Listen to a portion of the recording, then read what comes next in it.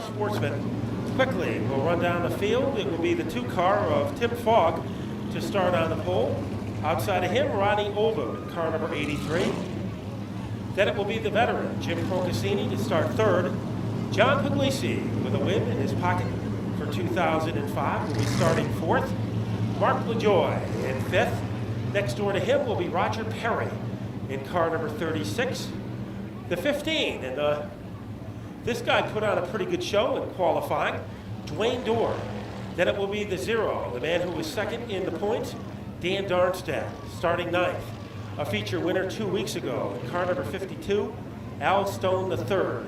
Then it will be car number 80, the man who sits on top of the point parade by virtue of 3 victories, Norm Root Jr. Starting 11th in the field, the teammate of Jim Procaccini, aboard car number 77, Tony Ancanfora of North Haven. And situated next to him in car number 38, Joe Curioso. We go to the 13th position and check out car number 93. It's Clay Petchke. And next door to him in the 6th, Richard Staskowski.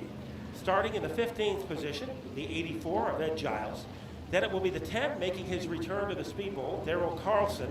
And rounding out our field will be the 44 of Bill McNeil. So that is the way the field will be situated at the start.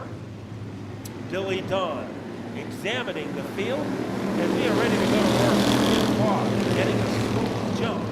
Tim Fogg has been close to a win this year, and right now he has gotten the early lead, and Jim Procaccini in the 79 car has come out to be the early challenger. Side-by-side extravaganza for 3rd and 4th. Mark LaJoy on the bottom, swinging high to the outside.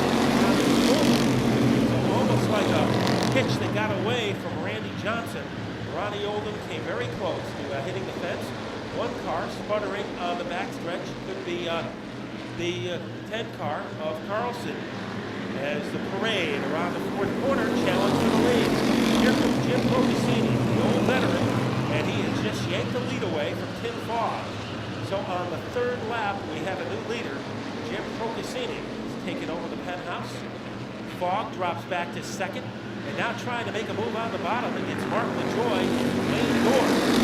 A 3-way shootout for 2nd, as from 2nd to 4th, they can fit inside an ashtray. Also moving up is John Puglisi in car number 43. Roger Perry has become involved as he is rubbing elbows in the leader in car number 46.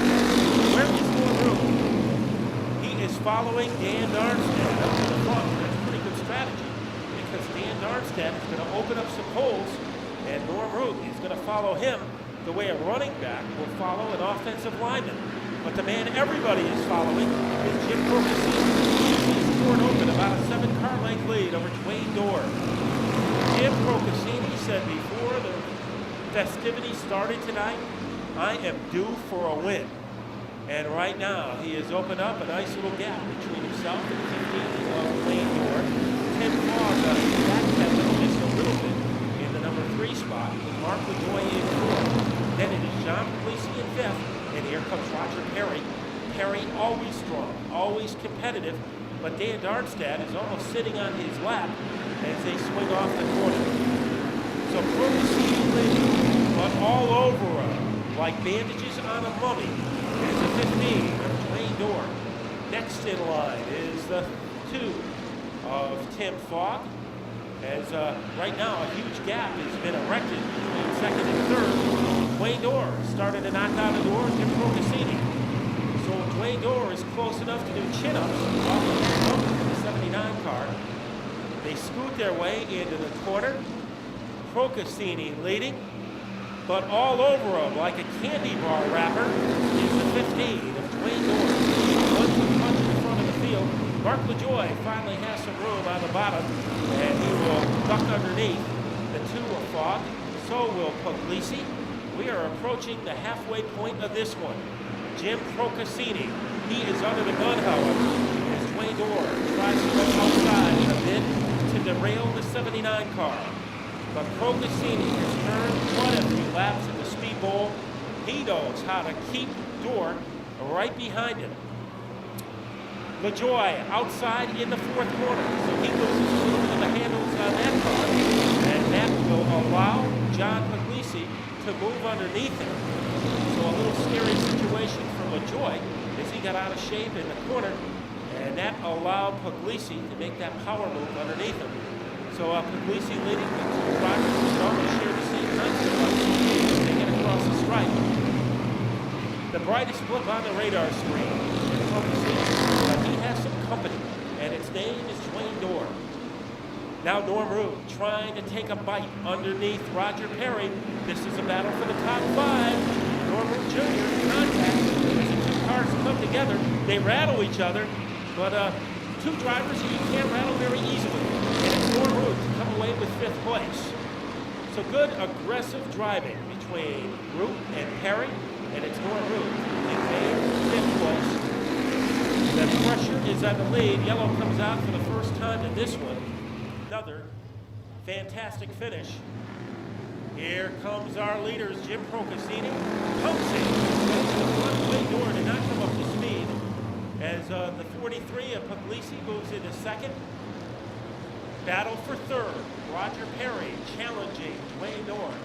So Dorr being nagged by Roger Perry. He did not come up to speed on the restart, and he is falling from first to third, and it may get worse. Perry has some power on the bottom groove, but the man able to slip away is Jim Procaccini from Stamford, Connecticut, sponsored by Rings Lumber and Louis Lunch. John Puglisi, another veteran. He comes out in the clean air to challenge Roger Perry. Heated battle for third. Perry just not enough pizzazz to yank third away from Dwayne Dorr. Mark LaJoy in fourth, in sixth place, or in fifth, in sixth place. He's Norm Root Jr. Here comes Puglisi, nipping at the heels of Procaccini. Two cars almost handcuffed together. On the bottom, John Puglisi with 4 laps to go. John Puglisi has become the new leader of our 20-lap Sportsman feature. Procaccini now having an answer. Little retaliation. He gets sideways, and he can't stay with Puglisi, who now leads by a car length. LaJoy and the 36 of Roger Perry battling for third and fourth, but it's John Puglisi. He made the power move on the bottom with 4 laps to go. 2 laps remaining between John Puglisi and a victory. Procaccini dropping back a little into second. Then in third is Roger Perry. LaJoy trying to hold off his way into fourth, is unable to do it. The white flag is out. One more time around, we'll see if Puglisi can get his second win of the year. He has about a 2-car cushion over Procaccini. So we have 2 veterans. Make that 3 when you include Roger Perry fighting it out for the lead. Here comes John Puglisi. Rifles his way off the corner. John Puglisi with number 2.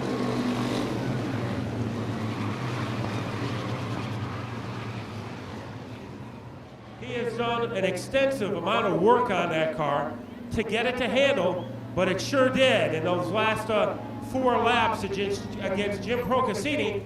So here he is, the winner of tonight's Sportsman feature, John Puglisi. And John, we've seen great battles in the Sportsman division this season, but the one between you and Jim Procaccini was one of the best. Where did you have the advantage? I'll tell you, Matt, Jimmy and I are good friends. We help each other all the time, all week. You know, I knew we would run it clean. There would be no problem there. And if there's anybody in this place he wanted to give up the lead, it would have been to me. Just on a personal note, we're very good friends. I got to thank so many people. My sponsor, Donald Turcotte Masonry, my engine builder, Pete from East Coast. The motor's just been fantastic. We had a little problem last week. We overcame it. The handling's back. My kids are here tonight, the first time in my career they've been here for a feature win. Maybe it was a good luck charm. We're thrilled. Well, you had some good luck, and obviously the changes you made to that car, it really came through, but I think the lucky charm, maybe that caution flag that came out with 7 to go, if it wasn't for that, maybe it would have been Jim's race. You're right, you're absolutely right. Dwayne was all over on the 15, and Dwayne was fast tonight. He's been really quick all week, actually. I mean, last week was pretty good. He was on my boat earlier tonight in the heat race. He ran, he bumped me a few times. He let me know he was there, but he didn't get too rough. I don't know who would have won it. I was having trouble catching him. I know that. If I did catch him, I don't know if I would have gone by, but yeah, that caution did help. Okay, one of the feel-good moments of the 2005 season, John Puglisi taking down a win in the Sportsman division.